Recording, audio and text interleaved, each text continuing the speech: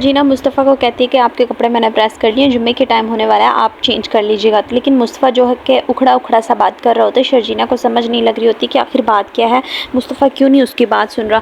अदील जो है वो अपने ऑफिस में बैठ के फ़ोन यूज़ कर रहा होता है। रुबाब को ये बात बिल्कुल पसंद नहीं आती, वो सबके सामने ये अदील को इंसल्ट करती है। अदील को ये बात बर्दाश्त नहीं होती। दूसरी तरफ जब डीलिंग हो रही होती है तो रुबाब सुन रही होती है उस डील को, लेकिन अदील को वो पसंद नहीं आती। लेकिन रुबाब फिर भी उस की वो साइड लेती है, ना कि अपने शौहर अदील की। अदील जब रुबाब के ऑफिस में आके उसे बताता है कि ये क्या अंदाज़ है तुम्हारा, तुम सबके सामने मुझे इंसल्ट नहीं कर सकती, मैं कोई मुलाजिम नहीं हूँ, तुम्हारा शौहर हूँ। तो वो उसे सीधे सीधे अच्छे अल्फाजों में उसे समझाती है कि ये बिज़नेस की ऑनर मैं हूँ, ना कि तुम। इस बात पे अदील वहाँ से उठ के चला जाता है और जाके कहीं कॉफ़ी शॉप पे कॉफ़ी पी रहा होता है कि नताशा उसकी दोस्त आ जाती है, जो कि रुबाब की दोस्त होती है। वो उसे देख के बहुत हैरान होती है, रुबाब से के बारे में पूछती है तो वो कहता है कि नहीं, वो मेरे साथ नहीं है, वो ऑफिस है। लेकिन साथ में अदील उसे फेवर मांगता है, उसे कहता है कि प्लीज़ आप की बात हो रुबाब से तो आप मत बताइएगा कि मैं यहाँ पे आया था। तो इस बात पे नताशा को ये इल्म हो जाता है कि वाकई दाल में कुछ काला है। जबकि शर्जीना जो है मुसलसल खाने बनाने की तैयारी कर रही होती है, क्योंकि उसके सास ने इतनी लंबी चौड़ी लिस्ट बता रखी होती है। मुस्तफ़ा को ये बात पसंद नहीं आती। वो कहता है कि बस करो, तुमने इतना सारा काम सबका ठेका लिया हुआ है। तो वो कहती है कि कोई बात नहीं, मेहमान आने वाले हैं, वैसे भी तो अगर मैं खाना बना रही हूँ कोई इसमें हर्ज नहीं है।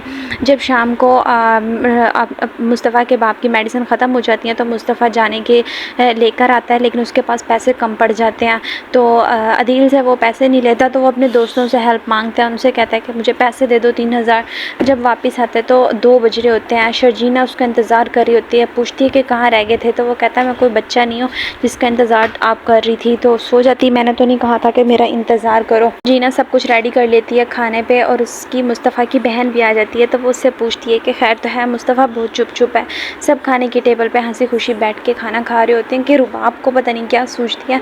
रुबाब आगे से ऑफ़र करती है कि शर्जीना तुमने बहुत ही अच्छा खाना बनाया, तो मैं तुम्हें कुछ तोहफ़ा देना चाहती हूँ। वो कुछ पैसे बैग में से निकालती है और शर्जीना के आगे करती है। शर्जीना को ये बात पसंद नहीं आती। वो कहती है कि ये मेरा घर है और मैं अपने घर वालों के लिए खाना बनाती हूँ, इसमें कोई बड़ी बात नहीं है, लेकिन आप ये मेरी इंसल्ट करती हैं, इसकी मैंने किसी को इजाज़त नहीं दी।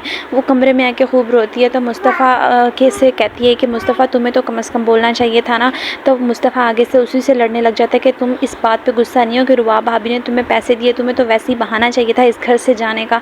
इस बात पे शर्जीना का दिल बहुत टूटता है। शर्जीना दूर खड़ी ये कह रही होती है ठीक है, मुझे इस रात बर्दाश्त कर लो, सुबह तुम्हें मैं नज़र नहीं आऊँगी। सुबह के 7 बजे टाइम से पहले ही ऑफिस आ जाती है। दूसरी तरफ मुस्तफ़ा भी खड़ा हो जाता है।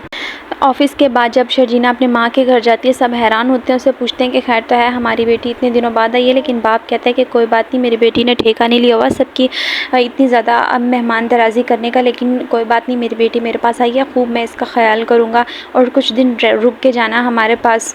मुस्तफ़ा का बाप जैसे उसकी आँख खुलती है, वो कहता है कि 2 दिन हो गए शर्जीना मुझसे मिली नहीं है। तो आगे से उसकी बीवी कहती है कि अपने माँ बाप के घर गई है वो।